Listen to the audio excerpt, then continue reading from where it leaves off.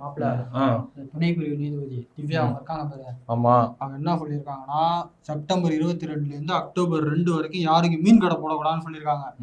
நான்வெஜ்ஜே போடக்கூடாது. அதான் சொல்றேன். இங்க ஏன் எதனால சொல்லியிருக்காங்க?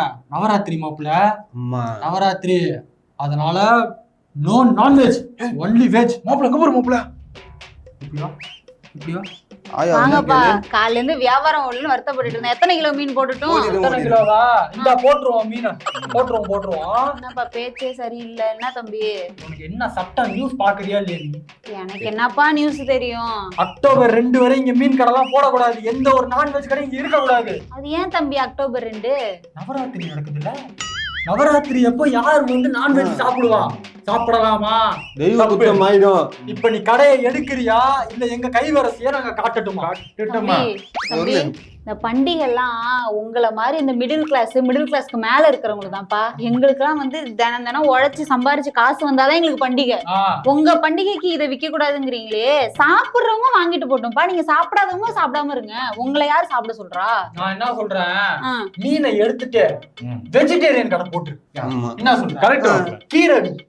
கீரை வேற என்ன காய்கறி?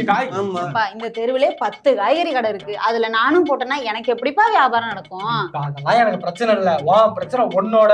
எங்க பிரச்சனை என்னன்னா, நீ கடையே எடுக்கணும். நாங்க வந்து சும்மாவே இங்க கடை போட விட மாட்டோம். நீதிபதியா சொல்லிட்டாங்கன்னா விடுவோமா நாங்க? நீதிபதியா சொல்லிக்கிறாங்க கடை போடக்கூடாதுன்னு. இது மத சார்பற்ற நாடு. அதுவும் இல்லாம பல உணவு பழக்கங்கள் மக்கள் வாழ்ற நாடு.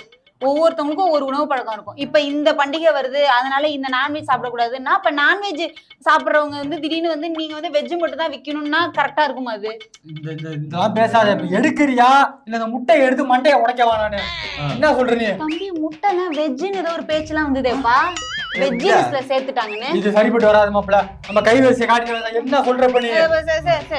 ஆயா வயசாயிடுச்சு. ஆயா மேல தேச துரோகம் வழக்கு போட்டுலாம். தம்பி எடுத்துறேன்பா கடையை. இப்ப நாங்க போயிட்டு வருவேன். வரதுக்குள்ள கடையை எடுக்கலன்னு வச்சுக்க, நான் எடுத்துருவேன் கடையை. போமா வேற எவனா கடை போட்டுலாம். புடி அவனை புடி.